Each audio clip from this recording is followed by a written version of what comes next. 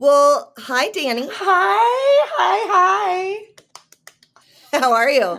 I'm good. I'm really good. I'm excited to do this podcast, and I have my trusty nasal spray here for de- my my deviated septum because I destroyed it with cocaine abuse. So I'm sorry to anybody. Show that to the camera so anybody watching can see like what kind you use. Not that this is an ad for these people, but I didn't even know. So it's a saline spray, and if you've destroyed your whole ENT system nasal cavity from cocaine abuse, this will help with the postnasal drip. So I will probably clear my throat a lot. And you still need to spray that from time to time?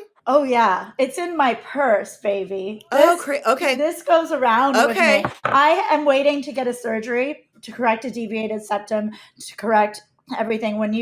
I did cocaine for like 17 years straight, and there's not a lot left there.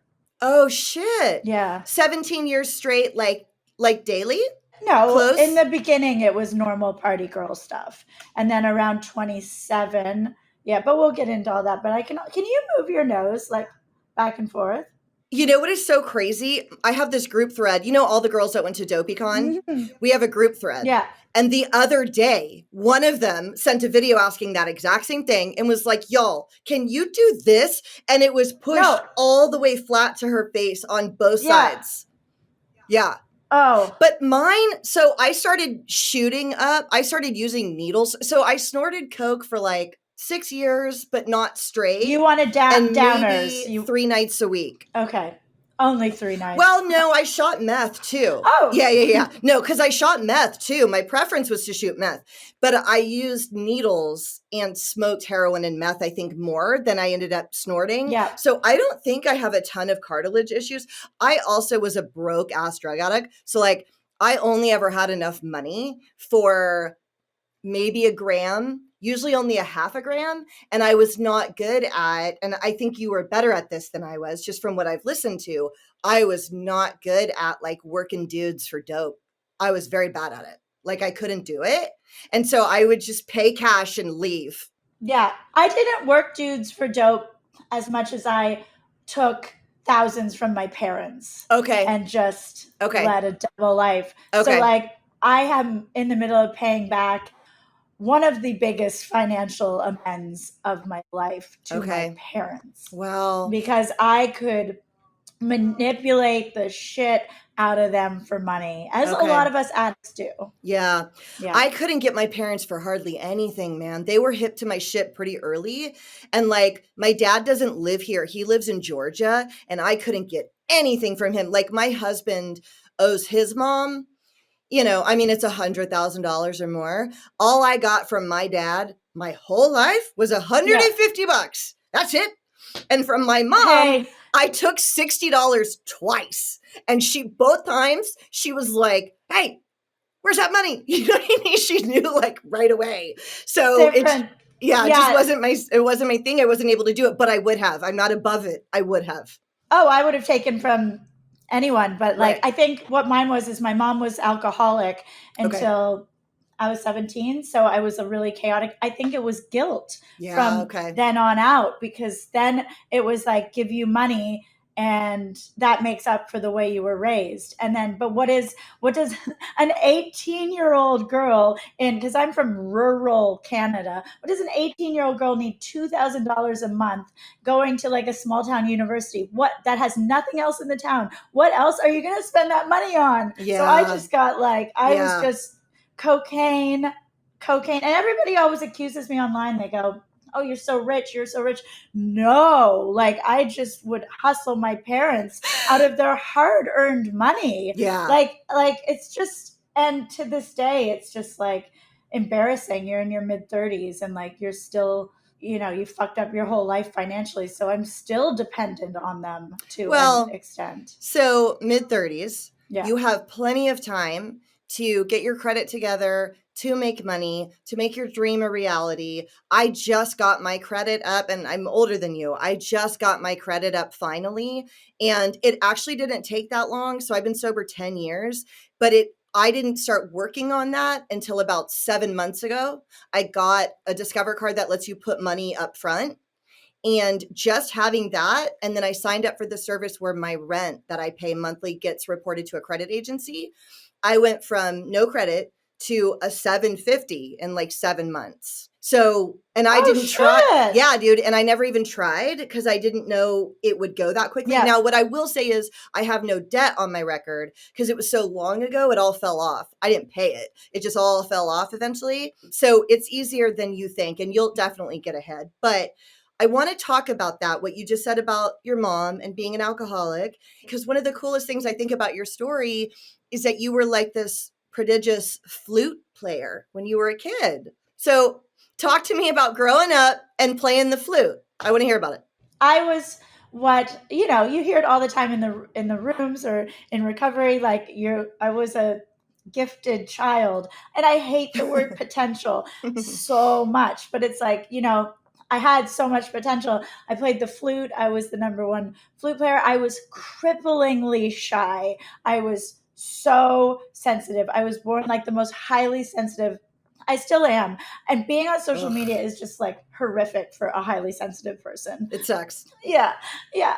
Help me. So I had like what one would say from the outside looked like a very normal childhood, but my mom was a really bad alcoholic, and her alcoholism took the form of anger and rage and leaving and threatening to go and coming back, and then periods of sobriety where she's normal mom, and you're a kid, so you don't understand what is changing. So it just like fucked my nervous system up so hard that I just didn't know what was going on. By the time do you have Dairy Queen in the States? Dairy Queen? Yes, we do. Yeah. Yeah. I was an ice cream girl there, and I was 17 years old, and my dad picked me up from Dairy Queen after a shift, and he was like, "All right, we're going to your mom's intervention." And I was like, "What the fuck?" Like, I didn't even understand. I thought I was like hurting my mom and like betraying her. And I was one of those really narky kids who was like, "You shouldn't be drinking." Like, I was such no, not a loser, but I was like such a nerd. And I would like sit in the library and like draw pictures of Sailor Moon and like be like, oh, like I just didn't understand kids who smoked or drank. And I was like, I'm never going to do that. I'm never going to do that. And then the moment my mom got sober, I think it was 3 weeks later, I had my first drink.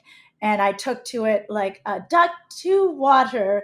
I was just such a natural at being annihilated from the beginning. So the Dairy Queen thing is really funny to me because I think that I wonder if this is like a thing.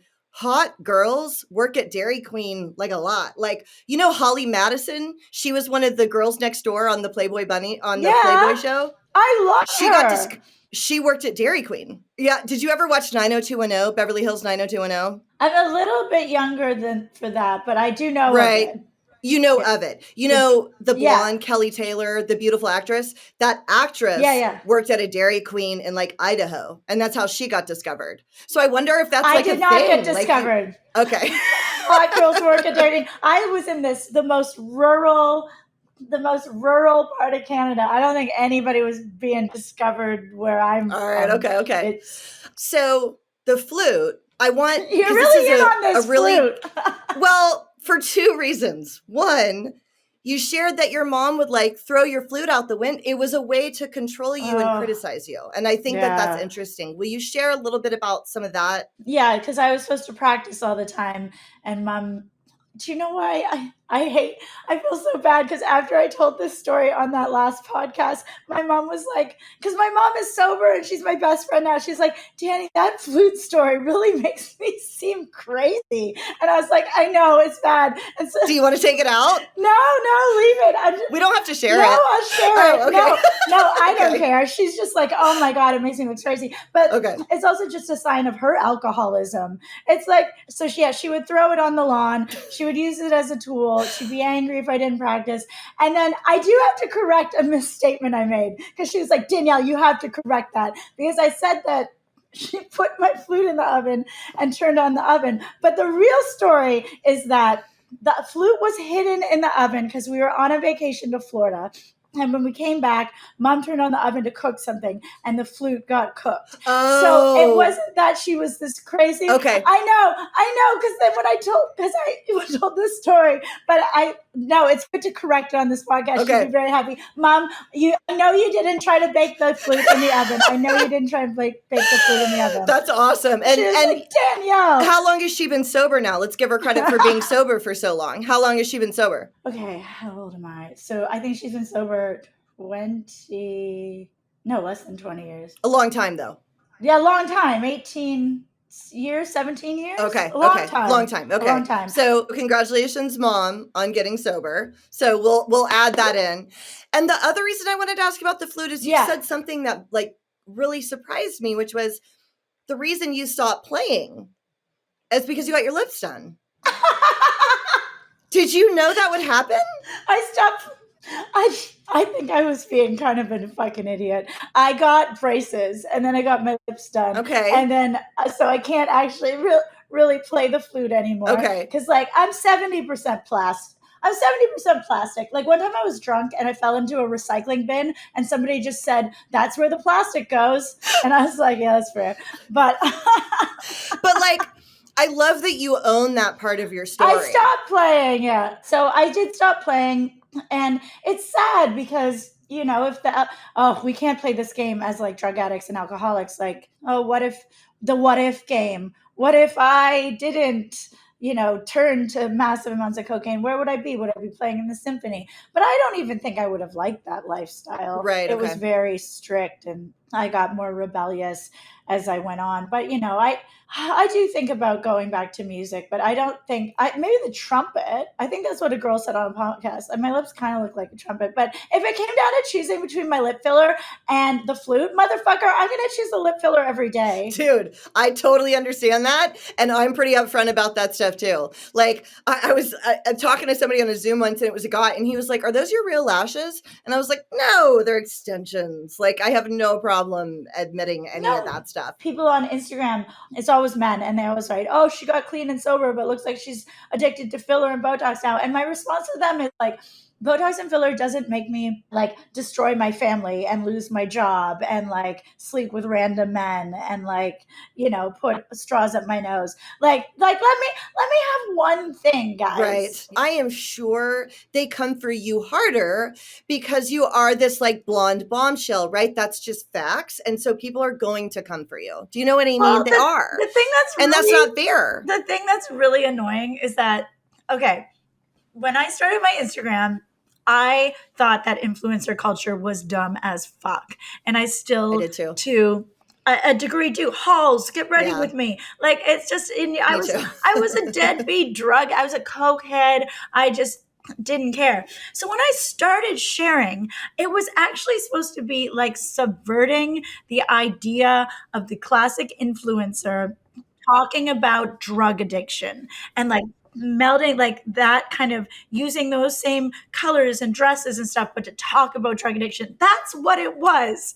Oh, so it was like sarcastic almost at first, or like fun, like ironic. Yeah, just like, if you had a bit of critical thought, maybe you could glean that from it. But I learned very quickly that critical thought is not what the social media sphere is strong with. So totally. And then I think I realized, oh no, people really want to see like that you can still go out and you can still buy these dresses and go out and have fun. So it kind of was just that.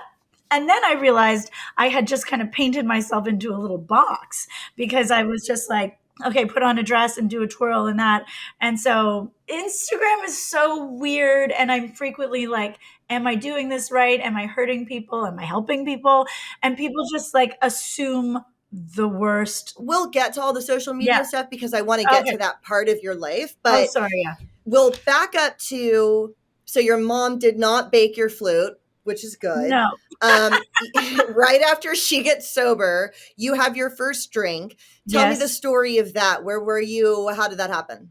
Oh, it's nothing of any interest. It was just like a party. I just started film school and went, and I just remember it was abnormal from the first moment because I chugged like 4 Smirnoff Ice, as you do as a basic white girl. And then I was just like, chugged 4 Smirnoff Ice. And I remember this older guy, Simon. I just vividly remember this exact moment, him going, whoa, slow down, Danielle. Like, and just from the beginning, it was like a more.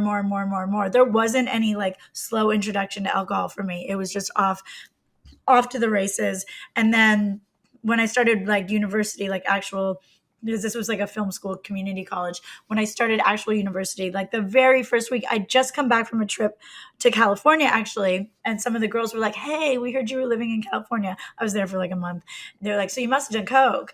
And I was like, oh yeah, I want to be so cool. So I was like, yeah, for sure, I've done coke. And then, oh my God, Janine, when I remember the moment. I trigger myself when I tell this story. We were in a, do you get it? Like I was in a dorm room. It was on a desk. Nobody was like, like watching me try it for the first time because I had lied and said I'd done it. So it was like this big thing. So it was like this moment, this intimate moment between myself and my cocaine. And, I had depression. I was obviously didn't even know at the time I had borderline, which we'll talk about later. And I had that trauma from childhood. And it was like, I wasn't right and I wasn't a normal person. And then I had that line of cocaine and I was me. Dude, I just got chills because in all of the meetings I've gone to over the years, you hear people in 12-step say, when I drank for the first time, I knew.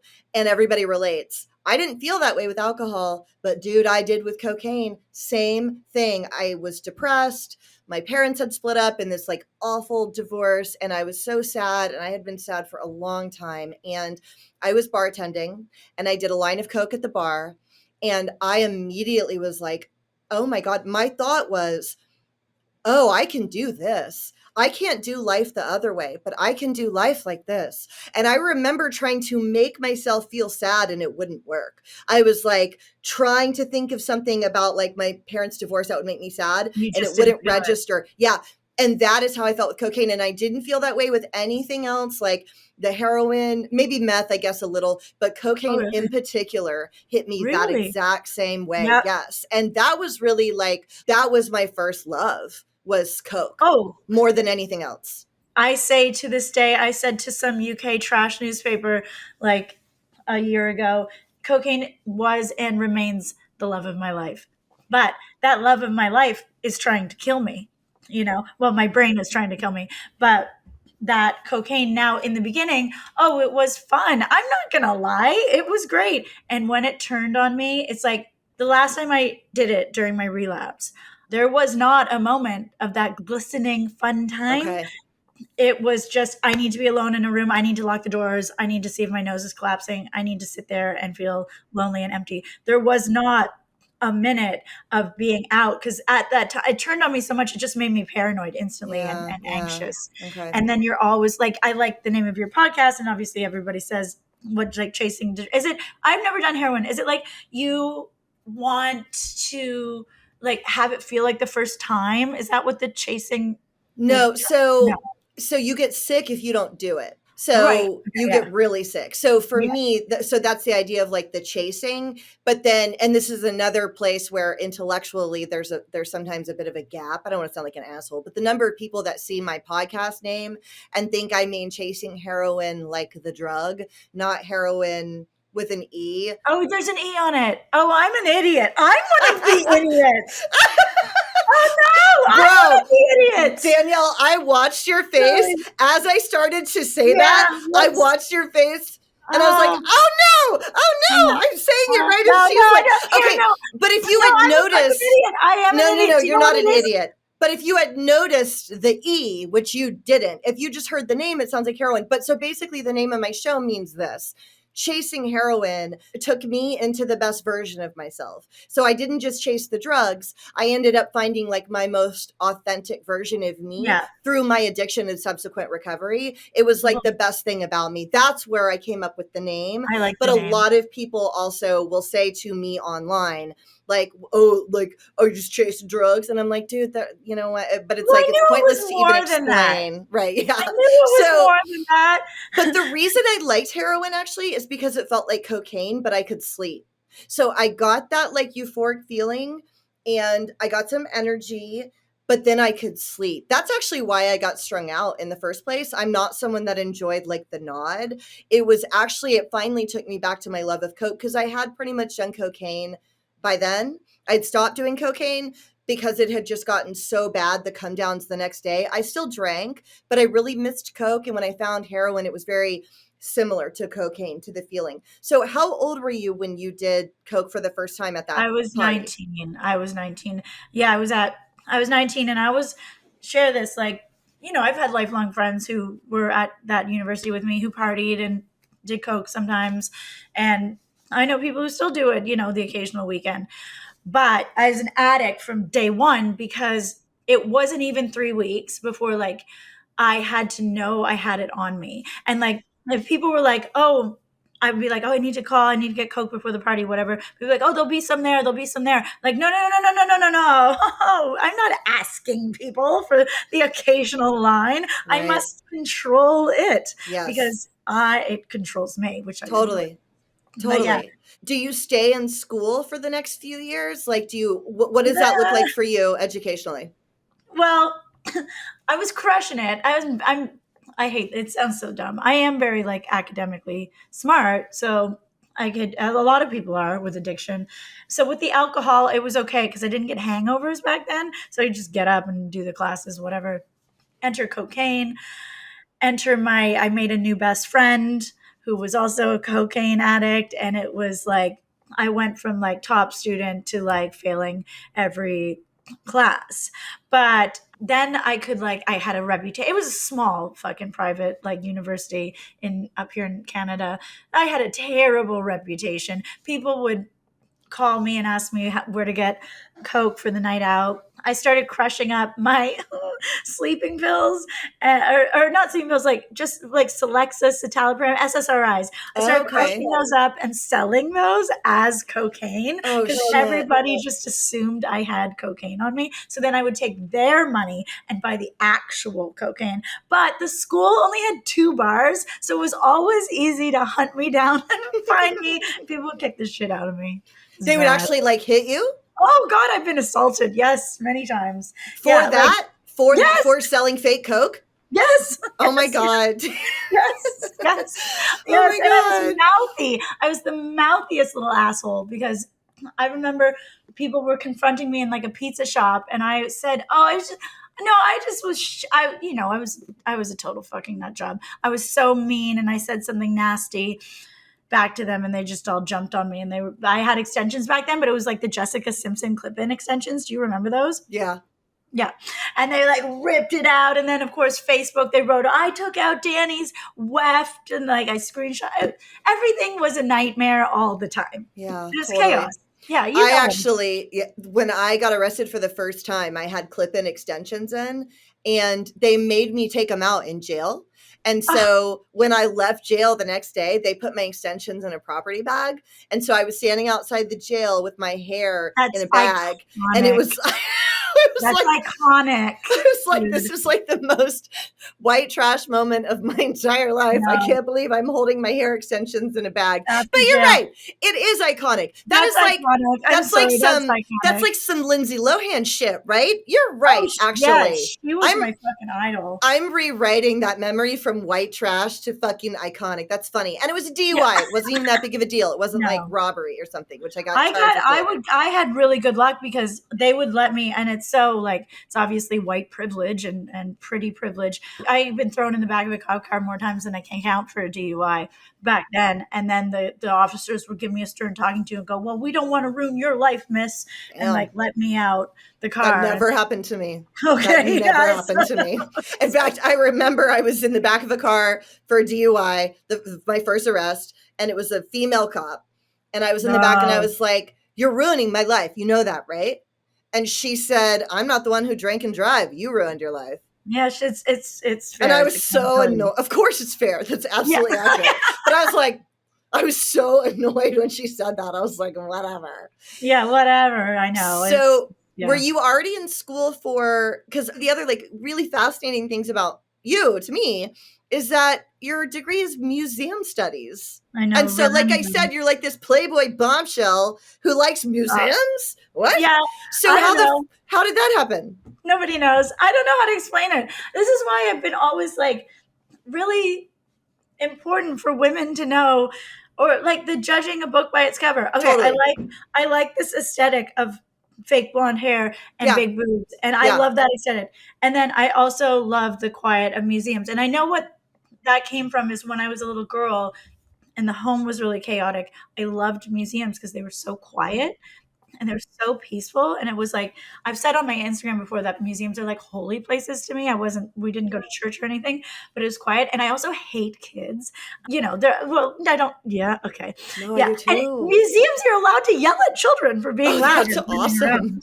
Okay, actually, I want to correct what I just said. Yeah, I don't hate them, but I never wanted them ever. So you don't either. No, I've never had a maternal instinct, even when I was a child. I didn't want them ever, even when I was a teenager. You have kids? No. Okay. Well, no, I didn't. Okay, I'm glad to check. No. Can you imagine, like, me neither? Shut up. I'm like yelling at my kid in the corner who overhears me saying that to you. No, I don't have kids by choice. I chose not to. Yeah. I chose not to have them, Child free by choice. No, I never, and men would always, when you meet the right one or when you're older. And I've met the right ones a million times, and I've never had that desire. Right.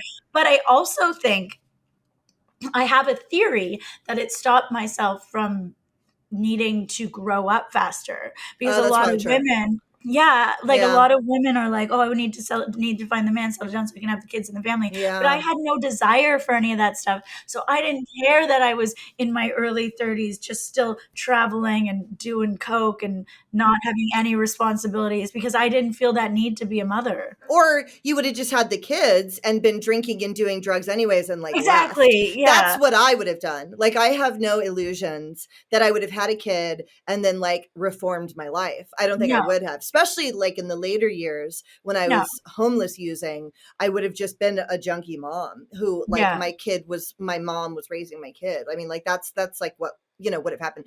I did say, like, when I met Skylar, he's younger than my husband. He's younger than me. And so I was a little bit worried that he would want kids. And after 6 months of dating or something, he was only 29. I was like, hey, so like, where are you at with kids? And of course, as a guy, he had never really thought about it. And as time progressed, I was like, so I haven't ever wanted them, but I will say this. Once we fell in love and like, we're engaged, I did tell him if he wants to, I will. You would. Yeah, I would have, because a big part of my reservation too is I had a really amazing dad, and I'm not going to do it any other way without a father who's like really amazing, and he would be the best dad ever. So that was part of it. And if he had wanted to, like, I would have. I also went to a rehab for women and children, and I was like actually really good with the kids. Like, it was children's addicts. Were the children's addicts? No, the moms. Oh, so the kids weren't also. No, because they were like babies. Like, they had been taken by like CPS and stuff. Yeah. Hold on 1 second. Okay. I'm leaving all of that in. Oh. That was too good for you to be like, the kids are addicts? Your cocaine spray. I need to put things up my nose. But actually, I will tell you this, though. The day I got there, so they let me go there, even though I didn't have kids. I knew like the program director. She had been my sponsor. And there were 2 of us that they let live there that didn't have children. Like, I'd been homeless on the streets for a while, and it was to like help me, but I had to go to all the child development classes. And I did learn through that I am actually like, I was nurturing and I was able to do it, but I also never wanted to be pregnant and give birth. That's a big part of it. And then also, the money and all the reasons I'm sure we both have, but I was able to. And so, I told him that, and he didn't really want kids either. He had just never really put that much thought into it, because he is a guy. But the first day, he had never thought about it. He was 29. He was like, well, I don't know, and I'm sure if I had said, I want them, he would have done it. But like, he had never really thought about it. But when we had a conversation about it, he was like, no, I don't. He's also in recovery too. And we both missed a lot of years. And so it's like, we would rather travel. I want to go to like Italy with him and Greece with him. And I don't want to take the kids to Disneyland and they're screaming and throwing up in the backseat. And I don't know. No. But the first day I went to that rehab, the day that I got there, there was a girl there that was like 19 and she had an infant in like the car seat thingy that they hold. And we were walking back to the rooms and this guy walked by who was older and he said, "Oh, hey, Val." And she said, "Hey, John." And we kept walking and he clearly worked there. And I said, "Oh, have you been here before?" And she said, "Oh, I was born here." And I said, "What?" And she was like, "I was born here with my mom." Stop. Yeah. And I was like, oh, okay. And she was back there again as an addict with her child. That's the cycle. Wow. It's the cycle. And I was like kind of blown away. Dude, And that's crazy. Isn't that wild? Isn't that wild? It's bad. My friend, one of the chicks I became really good friends with, was in jail with that girl and her mom at the same time. They were in the dorm together. The mom and daughter.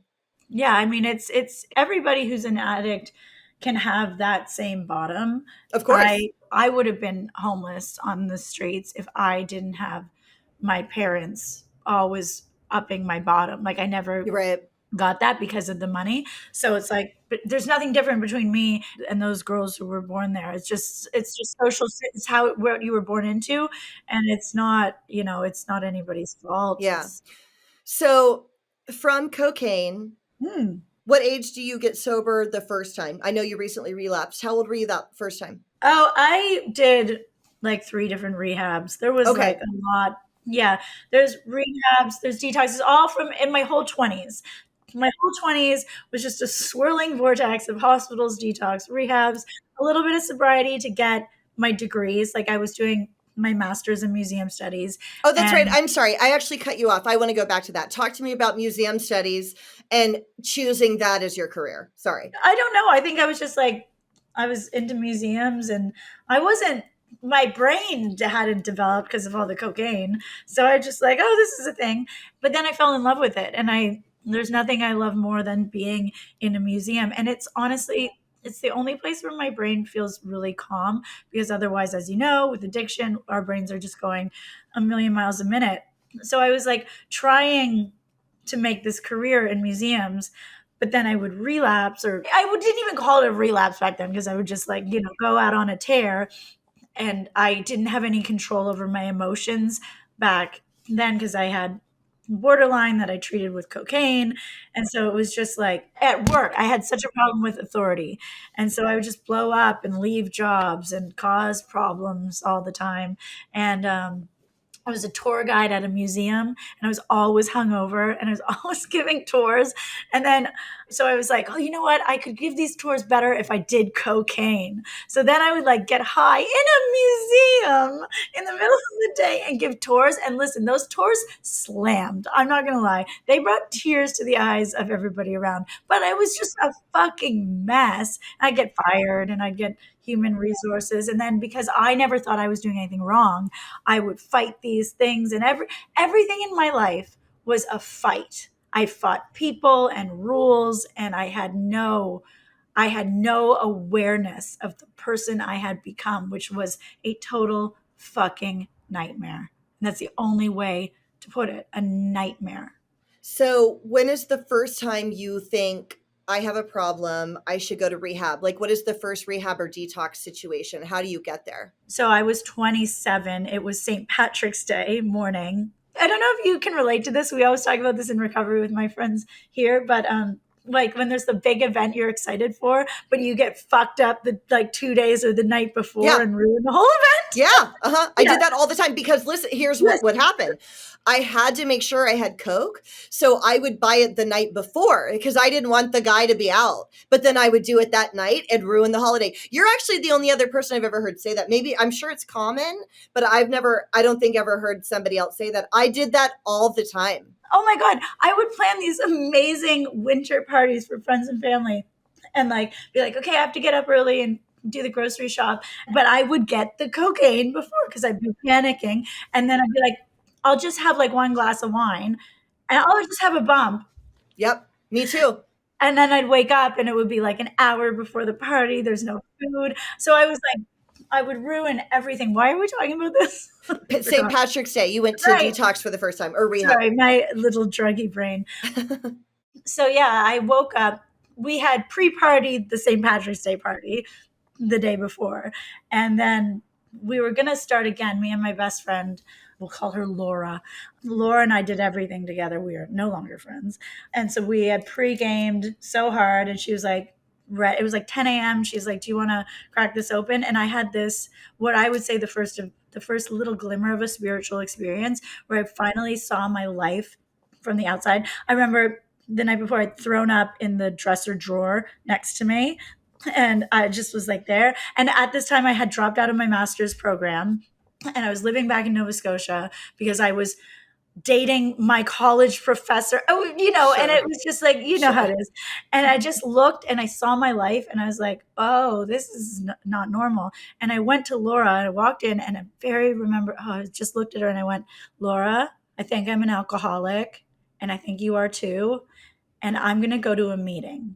And then I called my mom and my other best friend, Renee, who I will use the real name of because she's amazing, drove me to my first AA meeting and I sat in the back and we're not supposed to talk about it because of the 11th tradition. I went to a recovery meeting and don't come for me. They won't. I say it on my show all the time and I get very little shit about that. I get shit about other things, but not that. That's okay, cool. You're fine. Yeah, anyways, I went to a recovery meeting and I was like, oh, this is where I belong.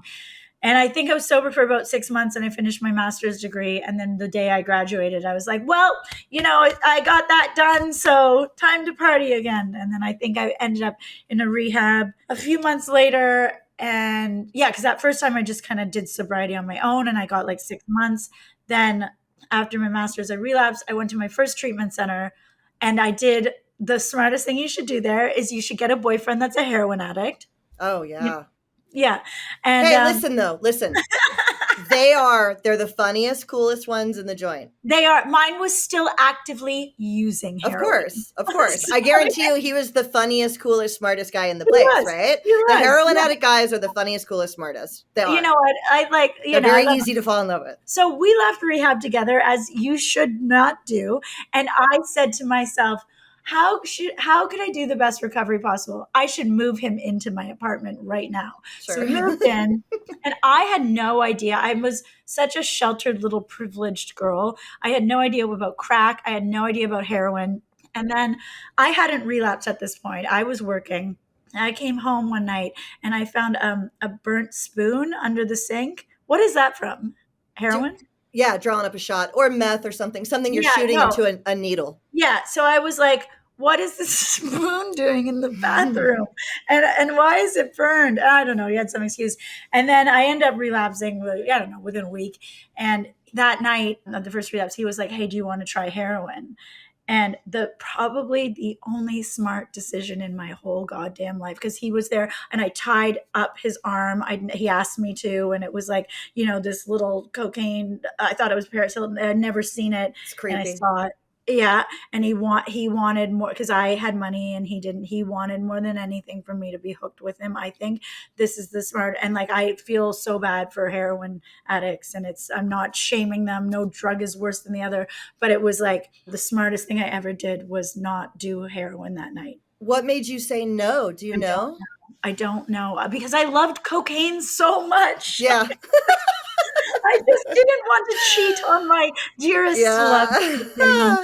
Well, it was smart, and so wait, because that's what happened with me. A guy got me to do it kind of. Yeah. And looking back, I don't know that it was conscious for him, but I think he wanted me to be strung out also because it would certainly make his life easier. So how long did you let him still live with you though? After that? I think he really things took a turn. 2 addicts, and I think it was like a month, and he was out. My aunt died, and that was like a huge thing. And I then met up with one of the biggest parts of my story is geographic cures. You know about that? It's like leaving, and if you had the funds to do that. So I was frequently moving to other countries. So I met a guy. Moving to other countries? Oh, fuck yeah. Dude, South Korea. So I decided to go to South Korea because you can't do cocaine there. My boyfriend, who I was obsessed with at university. So he was like, hey, do you want to teach English as a second language in South Korea? It was like a huge thing everybody was doing in like the mid 2010s. That's cool. And, no. So, but as discussed prior on this very podcast, I don't like children. So then I took a job teaching children in Korea. And so I was in Korea in this place called Hwamyeongdong, and I still remember. And you have those moments where you go, "How did I get here?" And I would chain smoke in between classes because it was private English schools, and they worked the kids so hard. It's so sad. So I would have classes like from like 2 p.m. until like 8 p.m. with like a minute in between them, and I would like chain smoke. I remember for one of the Korean holidays, all the moms got me fucking Listerine because obviously Oh no. like smoke, and I started drinking. So I was teaching these poor Korean children. I was drunk and chain smoking and teaching kids English. Oh my god. Wait, hold on. Do you speak Korean? No. So how do you teach English to you just people speak to them in English? All right. Yeah. No, I can say hello, annyeonghaseyo. Okay. And Haseyo. That's about it. So the thing I didn't realize about Korea, you can't get cocaine. So I would always choose these countries where you couldn't really get cocaine.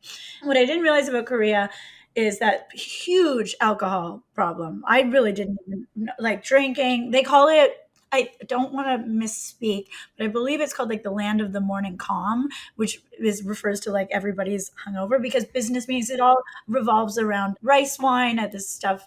Soju is this particular rice wine it's so strong, Janine. I mean, sake or something else? I know sake. It was like it's the Korean version maybe of sake. Oh, okay. So it would get me fucked. So like obviously anytime I wasn't doing cocaine, I would just become like a rancid massive alcoholic because I had to have something. Cigarettes, Marlboro menthol were $2 a pack, and I wasn't even living. So yeah, after South Korea, I moved. I met another guy. Oh God, I don't know. I went to Australia. Why did you go to Australia? I want to hear all these stories. And also, this is random. I've actually been to Seoul, South Korea also when I was a kid. Yeah. Oh. I went with my family. So I grew up in the Philippines. My dad is a pilot. Oh. And so, so we lived in the Philippines for a few years. And so while we were there, we got to visit Singapore, Seoul, South Korea. We went to some really cool places. And this is not drug related, but I've never had the opportunity to tell this story on the show. We went to Seoul, South Korea, right? I don't know why I keep saying Seoul, South Korea. We went to Seoul and we were staying in a hotel, and it's so fucking cold there in the winters that the floors heat. There's like a heater in the floor. This is probably in Canada too, actually. I'm sure this is in a lot of places. No, we don't have that. They had that in Korea. I was shocked. Okay. So yeah, you could turn the floor on. And I don't know what happened, but the floor in our room was broken, and it got crazy hot, like 110 degrees or something, crazy hot. And my parents couldn't explain to the people at the desk what was going on because they don't speak Korean. And so my dad he put out towels from the bed to the bathroom, washcloths. You couldn't walk on the floor. Yeah. And I was like 7, and my brother was 4 or 5, and me and my parents were on the beds, and we would jump from towel to towel. It was the floor is lava. It was really, it was really like the floor is lava. And by the way, do you watch that show, The Floor is Lava? No, I didn't know it was a show. I just said it. Oh, is that no? That's like a famous TV show here in America. Oh, I've missed so much culture. Oh, that's crazy that you just said, because I graduated high school with The Host, which is what I was going to tell you if you do that. Anyway, cool. No. So my parents opened the fucking hotel door at night because it was so hot we couldn't sleep. And when I look back now, I'm like, I could have got trafficked. I can't believe they did that. I was like 7-year-old girl in Korea. So anyways, they leave the door open all night, and it took literally 20 years later, I was like, that was really dangerous. Probably not the greatest. I know. Idea. But anyways, that's my experience with Korea. But so what brought you to Australia? Why'd you go there? It was always a man. So ask any of these countries, is always a man and a desire to escape myself, because I also have love and sex addiction. And so anything that took me from being me on the inside, because I felt just horrible about myself my entire life and hated myself. So a man, I always say that men or women are drinks with legs. If you're haven't healed yourself, anything can replace the alcohol or the drug. And so if I didn't have booze or drugs, I would need a man. So it was always some guy, and I'd fall in love, and he'd be like, oh, I have to go to this country. And I was like, oh yeah, me too. And And so there I'd be randomly in fucking Cambodia or some shit. So I just, and again, like we established, my parents, there was some tax thing where it's a legal thing where like if you gave a certain amount of money to a child or a dependent, even though I was like in my late 20s, they would knock the tax bracket down. So like save money. So I had this like, I don't know, like $2,000 a month for just being me. My best friend Guy, he's British and he's gay and he's an asshole. He always calls me a trophy daughter because I'm That's really funny. Yeah, that's hilarious. So I just like take this money and just go like a normal person.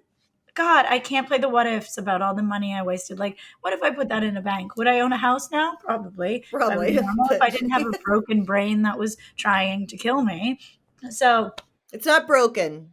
I know. It's not broken. It's different. And one day you'll see that it benefited you greatly to have all these experiences. No, I know, and I already do see that. Like, okay, good. I do see it, and I'm grateful for all of these things. And I got to see the world in a very, because now that I'm sober, I need the routine, and I can't just go with a bag and be like, okay, I'm in Vietnam now. Like that girl. Oh my God. Like what? But so also listen, look how fun you are. This is crazy. Like this is from your living all over the world. You're very fun. You've got great stories. Like, so it ended up benefiting you to be a cocaine addict, probably. Yeah. No, besides the nose thing. I was, yeah. So I do want to hear about Romania and what happened there. That's a wild story. Will you share that? Yeah, I just got kidnapped. It's not like that big of a deal. That's a huge deal. Can you just walk us through it? Okay. I did a geographic because I broke up with a guy. I was in Toronto. I was doing too much coke. So I said, I'll go to Europe. You know, there's no coke there. I don't fucking know. So I went and I did this thing where I was like, I'm going to train, bus, or land travel from Amsterdam, where my uncles live, all the way to Istanbul because of, I don't know, some museum. I would always kind of like tell my parents these trips were more about like seeing the culture, but they would just turn into like crazy Euro trips, obviously. So by the time I'd partied my way up until Hungary, Budapest, and then I was taking a night train to Romania to switch to another train to Istanbul. But because I was doing no research for any country I was going to, I was just showing up drunk and sight unseen. I showed up. I woke up hungover in the Carpathian Mountains, which is Transylvania. So it was like the fog over the Carpathian Mountains. It was so haunting. And instead of doing my due diligence about, well, what is Bucharest, Romania like? I was just like, So the train pulls in and it's just, there's no real station and there's nothing. I can't see another train around. I can't see anybody working. And then this man comes up to me. And back then, as Canadians, we really didn't want people to think we were Americans. So we would just put Canadian flags all over our shit when we traveled. But we love you now. Love you now. Fine. But it just was a flag to be like, here's some dumb young traveler. Right. Like, hey. Yeah. So this one guy came up to me and he was like, you just missed. I'm not going to do the accent anymore. I think I used to, but I think that might be racist. So I'm not going to do it anymore. But like, he was like, hey, you just missed the next train, but I can drive you to the bus station. And oh my God, Janine, everything in my gut was screaming at me not to go. You know, when they say trust your gut? Oh, this was such a life lesson. So everything was just screaming at me not to go. So obviously I went and followed him to his car. And he was very like, he was like, see all these badges? That means real car. And I was like, oh, that's it's extreme. And anyways, we drove about one block and then he slowed down and he let another guy in the car. And then I was like, okay, we're not going to a bus station, are we? And he was like, in broken English, he was like, he was driving and I also just want to say, people get mad at me because they're like, you laugh and you smile about all these horrible situations, but it's just my coping mechanism. Like, it's like, truly, these are horrific things that have happened. Also, on a recovery podcast, no one's going to say that. Good, they get it. Yeah, so we were just driving and I could see like the city going behind us, and we're just driving out into the middle of nowhere, and then they're like talking, and I'm like, I started crying, and they were like, shut up, bitch, shut up, we're gonna kill you for your passport, we could kill you for your passport, because you can get a lot of money on the black market for a passport. So they were yelling at me, and then they drove me, we were like on the outskirts of Bucharest. I was just like, all right, you've done good, Danny. And then we pulled up to like a cash point, like an ATM, and they were like, go get out 1,000 Romanian lei or whatever it was. I had this currency exchange app on my iPhone, and I quickly did the math, and it was like $2,000 or something like that. So I went and I walked to the machine, and I was getting it out.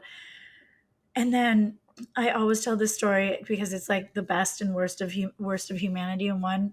This college kid, some guy came around the corner. I don't even know from where, because it was just like all construction sites and nothing. He saw what was happening. Oh, because like fake cabs, huge in Romania, which I would have known had I done 1 ounce of research and not gotten trashed on the train. Oh, shit. Okay. Yeah. So it came out of nowhere. He starts yelling at them. I like give them some money, and then he wrestles my bag away from them. So then they go, and I'm crying, and this nice gentleman walks me through town for like an hour and a half to a bus station. There were so many stray dogs. It was a lot. And like, so then I also don't, this is before like, there's like SIM cards that really work.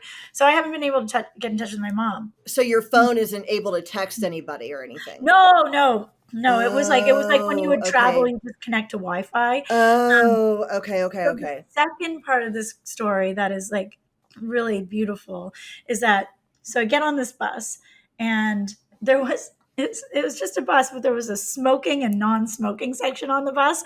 And to this day, I'm like, how does that work? Because like it's the smoke's going. Anyways, so it's there, and we are driving to Istanbul, and I think it's like, oh God, I don't know if it's like 6-8 hours. I can't even remember. But anyways, we go across at night, the border crossing between Bulgaria, because we've gone through Bulgaria, and Turkey. And it's the middle of the night. And everybody else on the bus was like, probably like a migrant worker going back and forth from work, or was like a Turkish national. And it's just me, this like blonde white girl. So these people get on the bus, and they're like, you come off the bus. And I've been through the near kidnapping and then this. So I get off the bus, and while on the bus, they're set up almost like airplanes. So there was like a flight attendant, or what's the politically correct term, but like a bus attendant. And she was just this really young, maybe like college kid, probably like a few years younger than me at the time. So they pull me off the bus, and they're like, you need to pay to get across the border. And I'm like, I don't have any money left. Like there's nothing. Or like I had a bit of money, but I couldn't pay the whole thing. And they're yelling, and it's like the border crossing was just, there's nothing there. There was a hole to pee in. I remember that. Anyways, the flight attendant lady gets off and pays the rest of my fee. And I would say that there's jobs are not money making jobs. The poverty was extreme. And so we get back, and I'd been crying, and she saw the situation and paid it. I got back on the bus, and there was the language barrier, and we sat down, and she sat next to me, and I said, why would you do that? And she just said in broken English, I'm not making this up, she goes, well, you are human and I am human, so why would I not? And I was like, I was like, what the fuck? And to this day, I think about her as an angel. Wow, that's crazy. If I could find her, I would give her $1,000. Yeah. Like, oh my gosh. Yeah. So do you remember what you were thinking as when you were like driving around and it was clear they were going to kidnap you? What were you thinking? I was like, I was crying. I was like, I'm fucked. I want my mommy. I want my mom. What have you done? Like, I still hadn't connected the dots that maybe like my lifestyle was getting me into all of these really fucked up situations. So yeah, I think this was a year before that thing I said to Laura about being an alcoholic. Oh, So okay. yeah, I don't think I think I was just safely in the warm embrace of my alcoholism and Yeah, cocaine totally. before it was like, this is a problem. Yeah. So when do you go to rehab for, like, the last time? So, like, what leads to that? The last time I went to rehab was actually 2018. Okay. And that's when I got diagnosed with borderline personality disorder. And I had a borderline episode in the rehab and I got kicked out of the rehab. Oh, shit. Okay. So in 2018 is a shift in my drug use where I said to myself, I am a hopeless case. There is no help for me. So I remember I said, I'm just going to lean into my addiction. And that was, so 2018 to 2023 was just off to the races to a level of just annihilating myself 5 nights a week and cocaine in the day. And I just said, well, I can't beat this, so I might as well become it. And I gave up. What got me sober was not a rehab, it was a rock bottom from hell at a concert. That is my rock bottom. Yeah. Before we tell that story, the years that you just gave up and you were doing coke during the day, were you working during that time? Was there a semblance of normalcy, or just living at home with your 2000 a month and that's it? What did that look like on a day to day? No, like I was always very good at double lifing it for the most part. And I was like a freak about people taking out their smartphones if I was like drinking or using and be like, Okay. I thought I was like, I don't know, Diddy. Oh, not a good example. Paris Hilton or something. Yeah, I was like, phones out, phones on the table. Like the people like cared about me enough to record me. So, but it was starting, the two lives were starting to really become just one mess of a shit show. I couldn't separate the two anymore. And I started losing friends and family of a lot who I haven't gotten back yet. And I cut off all the healthy friends and leaned into the addict friends. And I became a shell of myself as a human. Like I couldn't do anything without a line. I couldn't do anything with a drink. I couldn't go to a hair appointment without getting wasted. Like it was that bad. And then finally I got my dream job at this museum and just destroyed it. What was the job? What was the job? It was, I can see the museum from my new house here. Oh, shit. No, I was just doing like exhibit work at a museum and my dreams. And it was a full-time, it was a government job with a good paycheck and like all that normal life. Like I got because museum jobs, there's not a lot of them. So I got that job. There was a pension, there was semblance of normalcy, and I just fucked it. Just destroyed it. What got you fired from that job ultimately? Sexual harassment of two men. You harassed them? That's what I was accused of. So they wanted to fire me because obviously, so I told them I was struggling with alcohol and drug abuse and they didn't help me. And then they built a case against me to have me fired. But I was using cocaine in the museum. So Right. Now, okay. Now that I'm not in addiction, I see my part in it. But yeah, there were two long-term employees, like 6 foot tall men.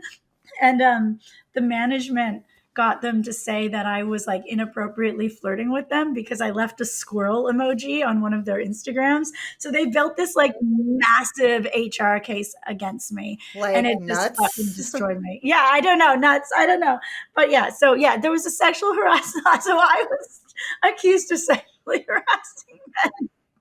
And I was doing drugs. I just was a nightmare. It's not even funny. Like sexual harassment isn't funny. I wasn't sexually harassing them, but the story is funny. It's okay. Yeah. Don't worry. Listen, my audience, the chasing heroin audience, this is very different. They're gonna think all this shit is fucking hilarious. Don't worry. We're all safe here. Yeah. And that's funny, especially the squirrel emoji. That's like fucking hilarious. I don't know if that's like supposed to be a veiled reference to nuts or something. Like, no, I don't know. But it wasn't. He worked at a fisherman museum. I don't know. Yeah. Anyway, okay. I was a disaster. Yeah.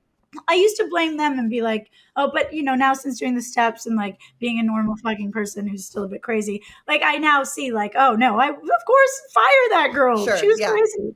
Like I don't blame them. Right. So anyways, that everything just burned to the ground. And then I did my last geographic, which is I moved to England because I got accepted to start a PhD program in museum studies because I thought, well, I can't be gainfully employed in them, but I can get enough education to make them employ me. And also, I was tired of being called a dumb blonde my whole life. And I thought, well, if I get a PhD and I'm a doctor, you can't say that anymore. So there's a lot of like wrong reasons to do the thing. So I moved to England and then I was so lonely. It was during COVID and I just went to drugs. Like, no, everybody in England, I did drugs with like 18-year-olds and their moms. Like, oh, it's wow. just Doing coke? Doing yeah, cocaine over there? cocaine Oh, wow. is everywhere. Oh, I didn't know that. Oh my God, it's so crazy. And it's very normal to go on a night out, you get a drink, you get a bag. Oh, wow. Okay. Yeah. Well, that would have been good to know for me back No, then. and also listen, there was a night in 2008. No, there was a night in 2008. I went to a wedding in a castle in Manchester, okay? And afterwards, I was in some bar, the bar where the Beatles started. Oh, and cool. I was like really looking for coke. But I wasn't very good at looking for coke. So clearly, so you're over there. What was COVID like in England? Was it very like masky mandates COVID like here, or was it more laid back? It was kind of like the tail end of that first, it was like 2021. So we'd already done COVID. Okay, so I okay, got okay. over there, things had opened back up and I just was really lonely. And the only way I knew how to meet people was in bars. And funny you should say that you were bad at looking for coke. I have a face that screams cokehead. Okay. So I would find me to this day. I just stand there in a bar and people offer me cocaine. That's wild. That's insane. So I just thought that was the only thing I was good at, was doing cocaine. And then that's when like just really I was disconnected from everything in my family and just dangerous situations. Yeah. I was home in Canada for Christmas and I met a sort of like famous Canadian musician guy. And I went back to England and we kept like seeing each other. I was like, "Are you single?" He was like, "Oh, yeah, basically." And he, as a lot of men do, sold me a dream. "I'll take you on the red carpet. I wrote you this song." But he would say like, "You inspired this song," but then he would send me a like fully finished demo and I'm like, I didn't inspire this song, you fucking liar." He was also a cocaine addict, so that was the bond.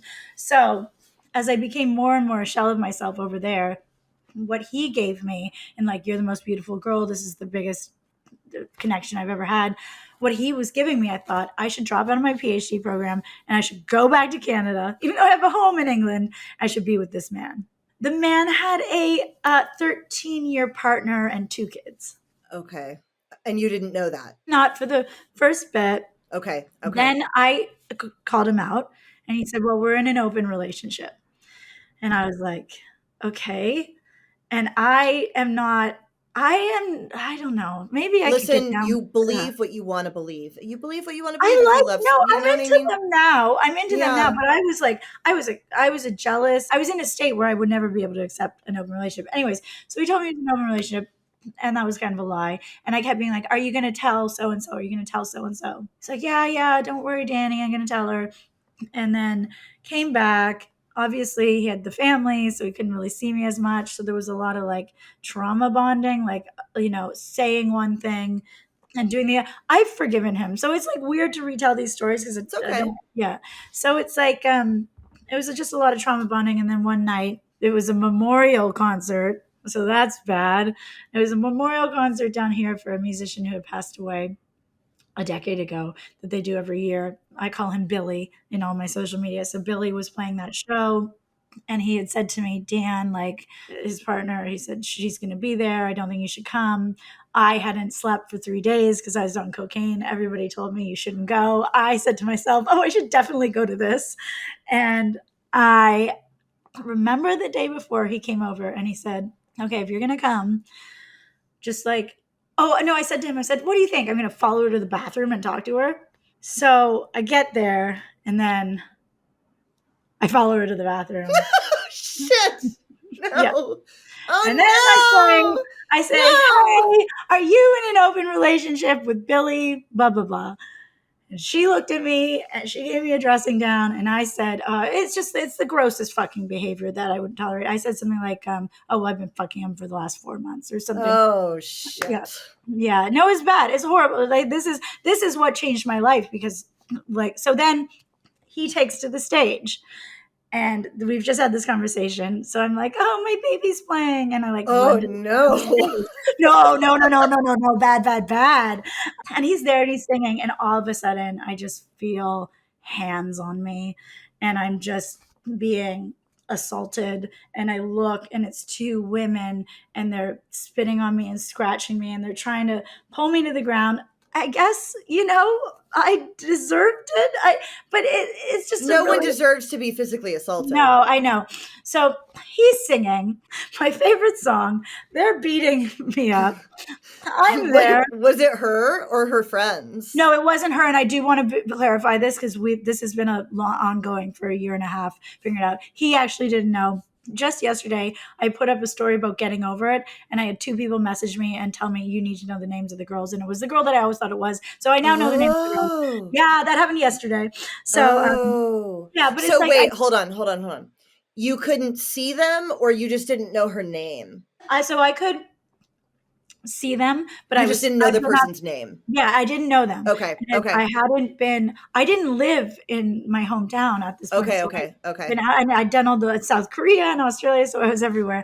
So I didn't really know a lot of people, and I just felt these girls, and I could see their faces, but I've been awake for so long, it's so blurred. The one thing I do remember is I looked up, there was a man, a blonde guy in a red flannel shirt, and he was just laughing as it was happening. And I remember just like watching him and pleading. And I could see Billy on the stage and he was singing. And it felt like, they can't see you because of the bright lights, but it felt like he was like looking at me. And I was just this helplessness. So I got free and I ran back through the crowd and I got outside. And I was there with my friend Travis, ran after me and I dropped to my knees and I screamed. And I just said, God fucking help me. And I just looked at my life and went back to Travis's house. And Travis went to sleep and he was like, are you okay? And I was like, yes. And then I tried to kill myself by overdosing. I just started taking all my pills and whatever was left and just wanted to die in messages. And I woke up the next day and I hadn't died. And I looked around and I thought about the night and I said, probably time. Okay. Yeah. Wow. Holy shit. Well, first of all, thank you for sharing that story. I know that it's hard. It's hard to talk about still, I'm sure, a little. Like, I know that you have talked about it, but it's still hard. I do. I have really bad flashbacks. But also a part of recovery is owning my shit. I know, I talk to myself in the worst ways, but it's like, I have to be like, well, you went there and you hurt that poor woman who probably didn't know about you. And like, it's not her fault. She's got some cheating dick of a partner. I did that and I got the consequences. I mean, you can take ownership for your side, right? Obviously, of course. So that day you say, I need to make a change. And then what do you do that morning? So that was March 31st. I didn't get sober until April 9th because it was my cousin's 40th birthday. And I went to her birthday and then I had this epic rock bottom, rock star, sex, drugs, rock and roll. And then this last night I drank was just sad. It was just me. I had no friends left. Nobody wanted to be around me. It was just me going from party to party, looking for someone to do drugs with and hang out with me. And it eventually ended in a hotel room that I got on my own because nobody wanted me to stay over at their place. And I picked some random gay guy off the street, came up, and we just were doing blow together. The sun was coming up. I kicked him out. I fell asleep. And it was just sad. There's no rock stars or sex and drugs. It was just sad. And then when I woke up, I just went, okay. And I called my mom. And when I tried to walk, I couldn't walk. My legs, my body was so broken. I tried to get out of this hotel room. So I crawled out of the hotel on my hands and my knees. And mom was waiting in the car. And I just burst into tears. And I said, Mom, I have a really bad drug problem. She's like, well, we knew because there was all those rehabs, but like, I was like, I came back. I went home, and I don't like telling this story because anybody else in my situation should have gone to the hospital to detox. Anybody else should have gone to detox. I detoxed at home. I gave my parents my car keys and I said, do not let me out. And I was 2 weeks of the most I mean, you know what withdrawing is like, and cocaine is such. Yeah. So I don't know that. Were you on like benzos also, or was it alcohol and cocaine? Because that I don't know. For me, when my alcohol and coke use was at a level where 24 hours and I was okay. I wasn't a daily. So I actually don't know what like a days long alcohol cocaine withdrawal detox looks like. What does that look like? What does that feel like? And what did you do to manage it?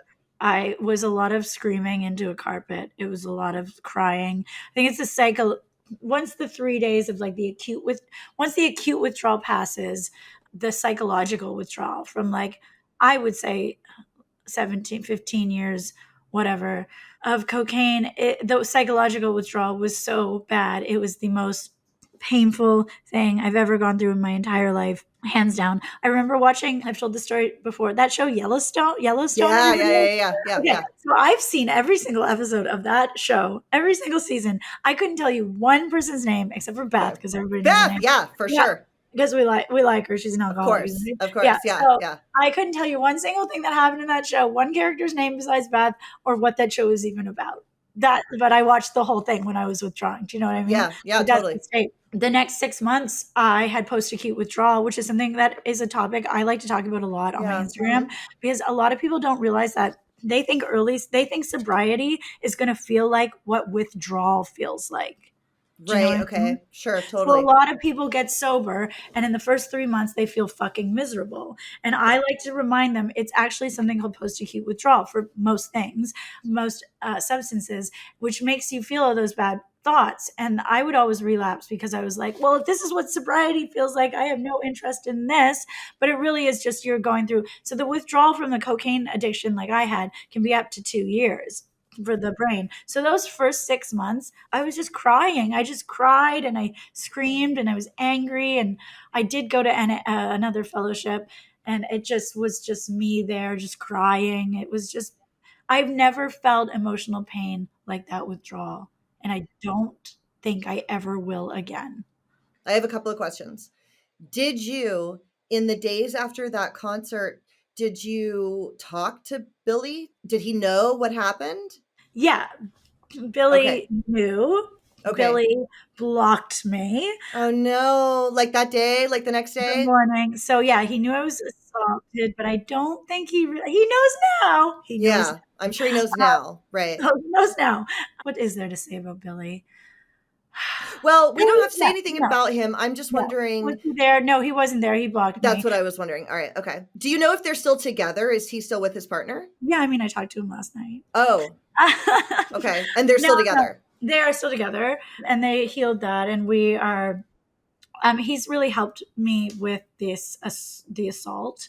It's been a really long journey for Billy and I.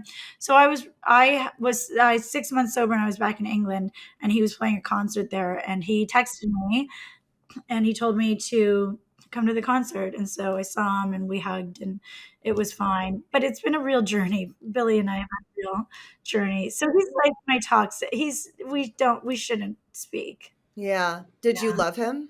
I loved him so much, but I also don't know if that was real love, because I was coked out of my tree.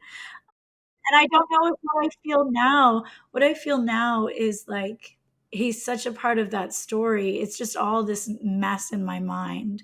So I just separate him, and there's nothing romantic or anything, and I respect his relationship. But like, it's hard. It's definitely, he's that one that, I don't know. Would I love to be able to sit down and talk to him about everything? Yeah, but is that going to actually help or hurt? So in the 6 months, you don't go to rehab again. Do you start going to 12-step again? Like, do you start going consistently and get a sponsor and do step work? Okay, so you do all those things. Yeah, I do all those things.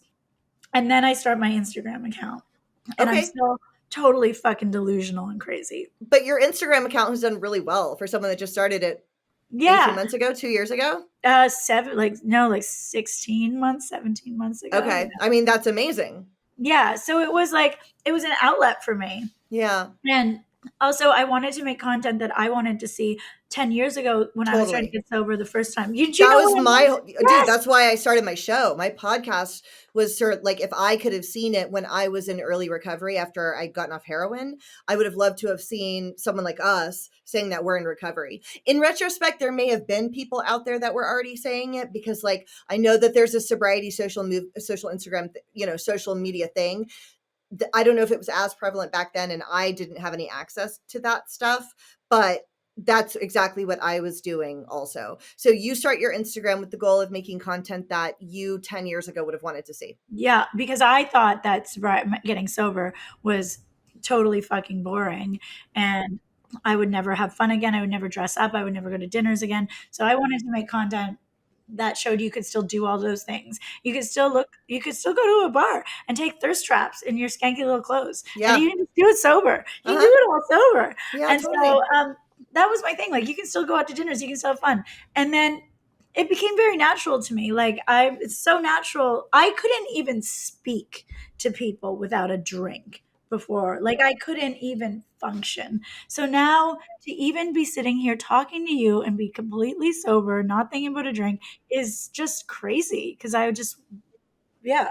Can I ask you about your experience with the steps and what that, like, do you have a favorite step? What did you get out of that? So are we allowed to talk about this because of the 11th tradition? So here's my thought on that. Okay, tell me, because I'm interested. Yeah. So the concern about people talking about steps, well, for one thing, we're also not identifying with a specific fellowship, because the fear is this.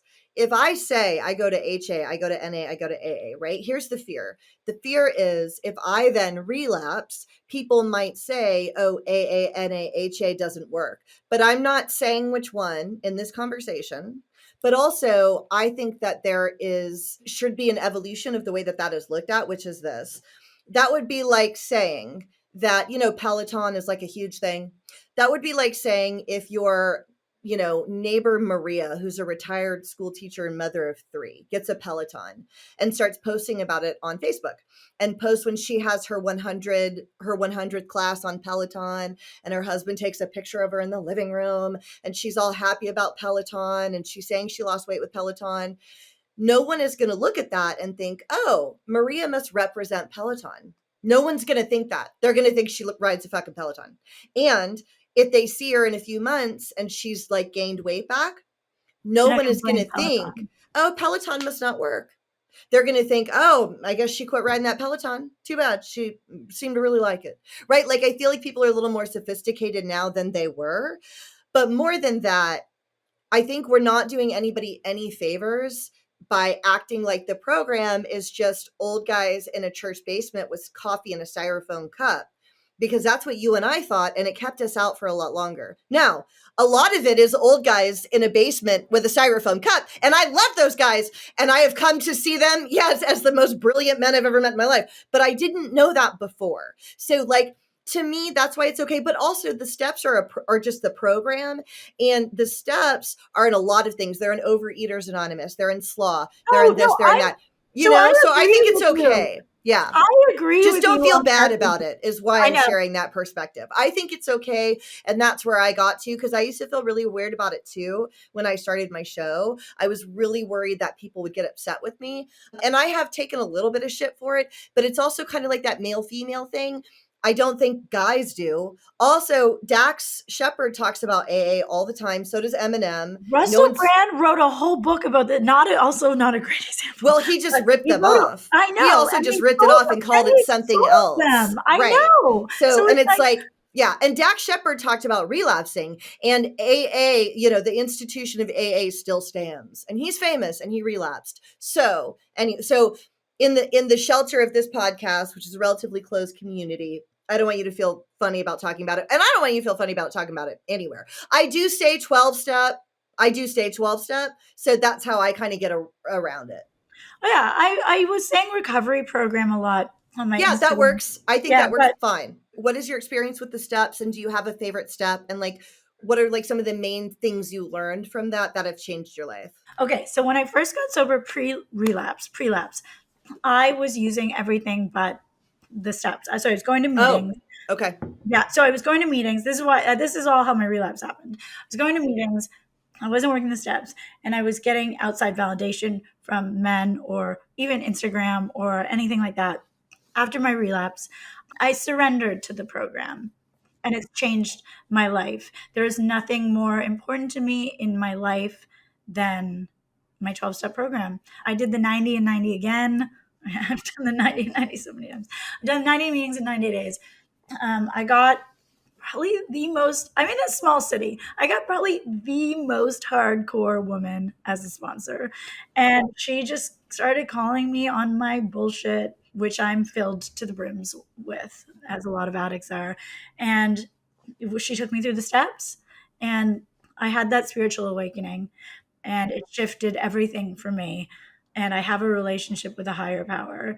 And these are things I didn't think I could ever achieve. But, a lot of people, especially on my Instagram, they're like, get off social media and work the steps. And I'm like, buddy, I don't think you fucking realize how hardcore I am. Like, my friends, and a lot of the time people are like, oh, I wish I could DM you, or she doesn't write me back on DMs. It's like, because I'm living, breathing my in real life recovery so hardcore, because I can't go back there, because when I relapsed, I took one drink and 3 days later I was in the hospital. There is no room for, like, we made a lot of jokes on this podcast and funny. I take this is deadly serious to me, because my disease is trying to kill me. And the only thing that arrests that is working the steps and having that shift in perspective. So the most important one, well, step 4 is important, but the big one for me was doing the amends. And I still have many to do, and I've still had people not accept them. That's okay. The biggest thing I've learned from 12-step recovery is acceptance, I'm sure, because I couldn't accept people, places, or things.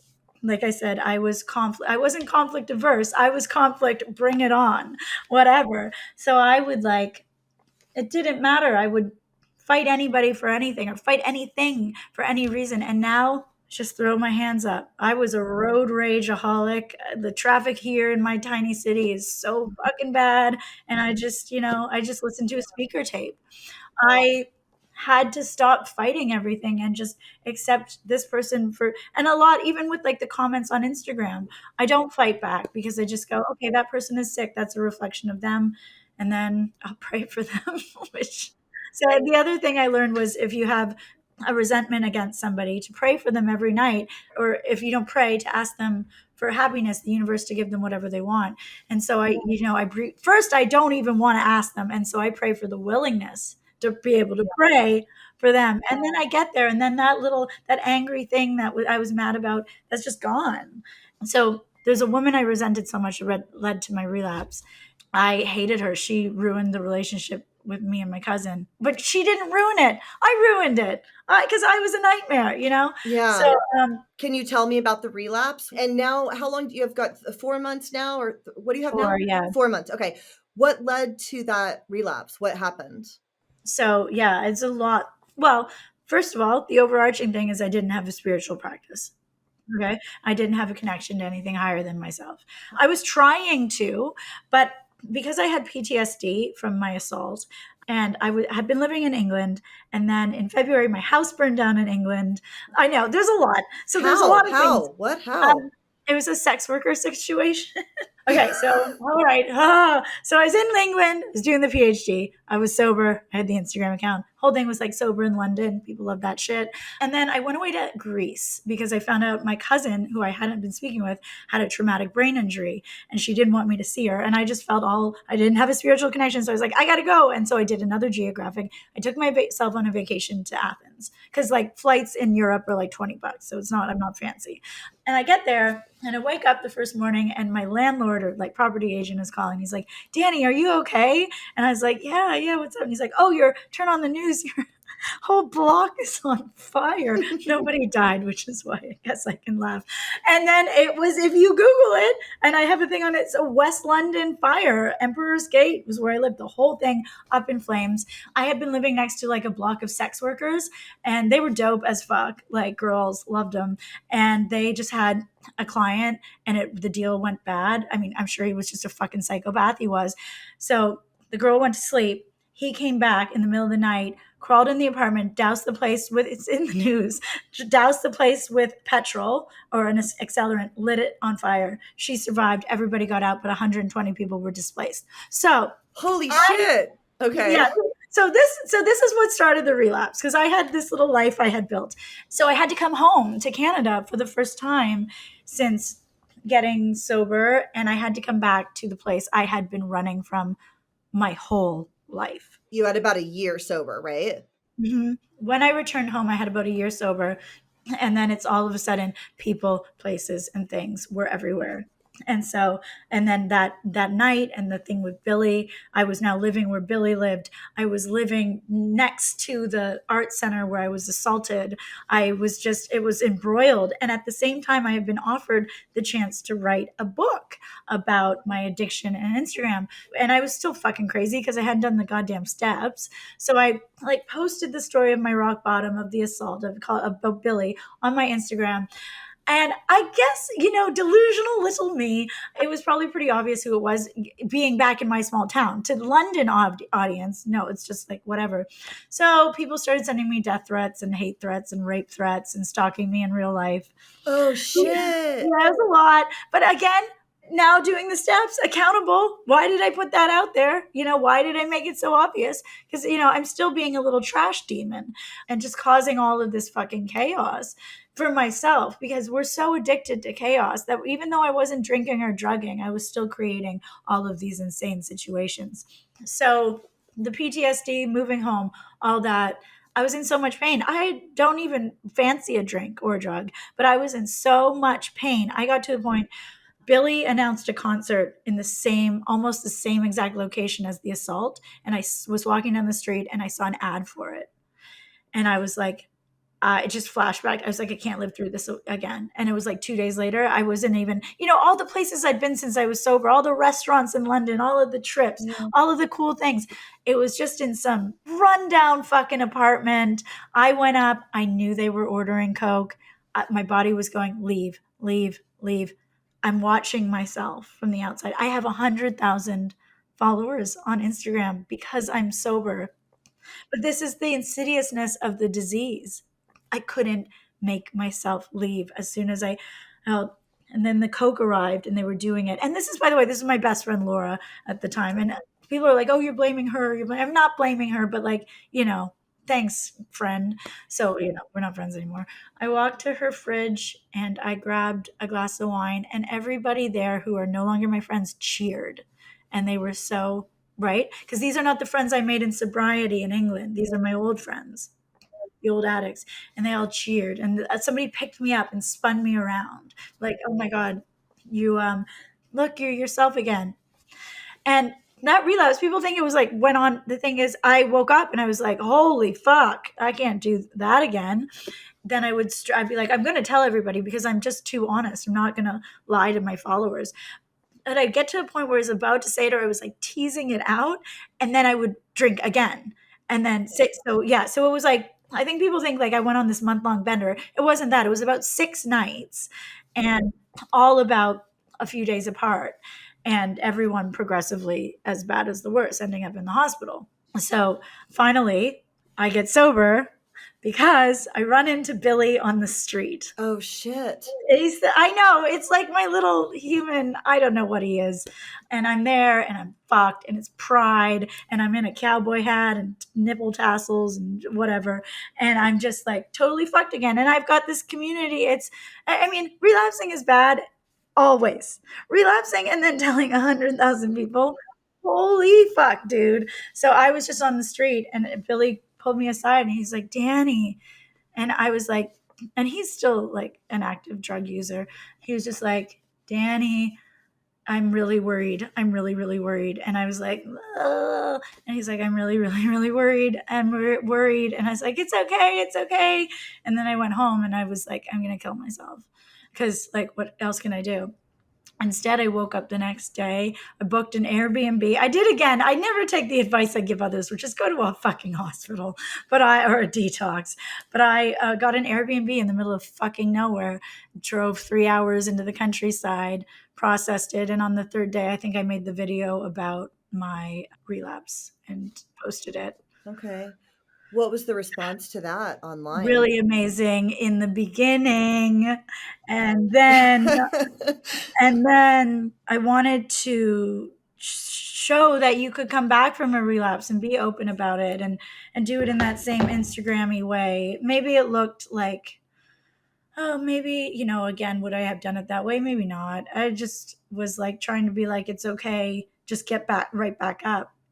And then I surrendered immediately and did all the steps and just like had that awakening. And, I don't think I wasn't broken like before. It was like 6 nights. So it was like, I felt pretty similar to before I relapsed, but I'm honest. So I told everybody. Why would you do it potentially in a different way now? Did people say like you were looking for attention, or what about it would you do differently now? No, it wasn't the attention thing. It was being callous towards anybody who didn't make it through a relapse.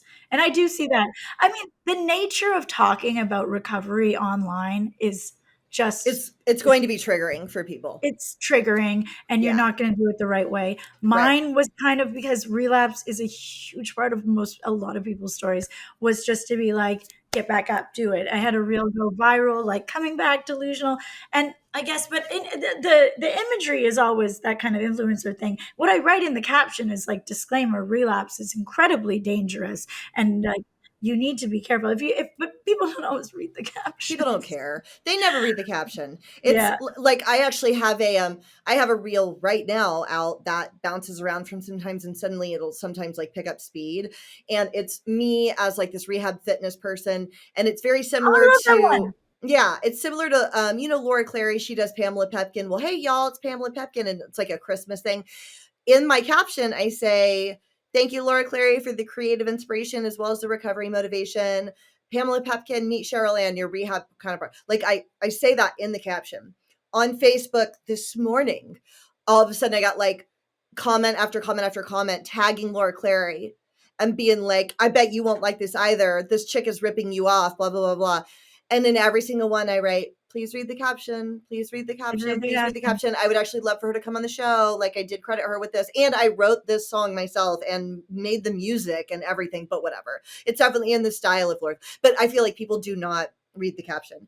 So I want to talk about the borderline, because I've actually never, I believe I've had guests that have been diagnosed with borderline, but I've never had the opportunity to really talk about it that much. Can you explain what that diagnosis looks like what informs that diagnosis, how it manifests in behavior, and what the treatment for that is? Borderline personality disorder is very stigmatized, and women are called manipulative or liars or all these horrible things.